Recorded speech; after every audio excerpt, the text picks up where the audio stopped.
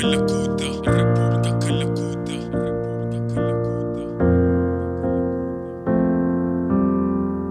madrugadas escrita para completar as vazio.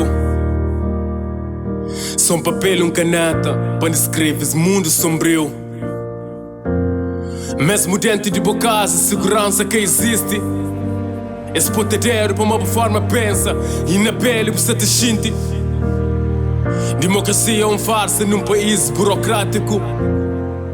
Hegemonia de se esparce, não tem vergonha nos político.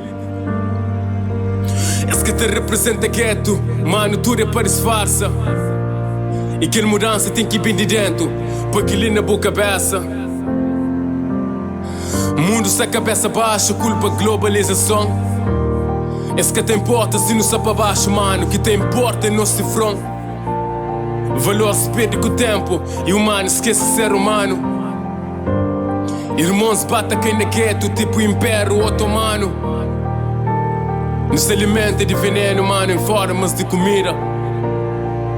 Não só consome esses venenos e dá cabo de nossa própria vida. Seja já sonha a solução de que esse vírus de laboratório. Missão é safe a população, que eles pensam nós é otário. Mídia te faz por opinião, mas você pensa, mas boi livre.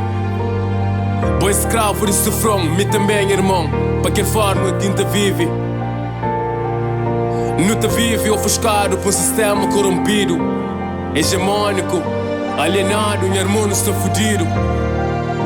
Nossa salvação está na obra, que é no conteúdo de um livro. Sempre com fé, mesmo que sobre, que licença para manter-no vivo. Não está cansado de um sistema de insanidade.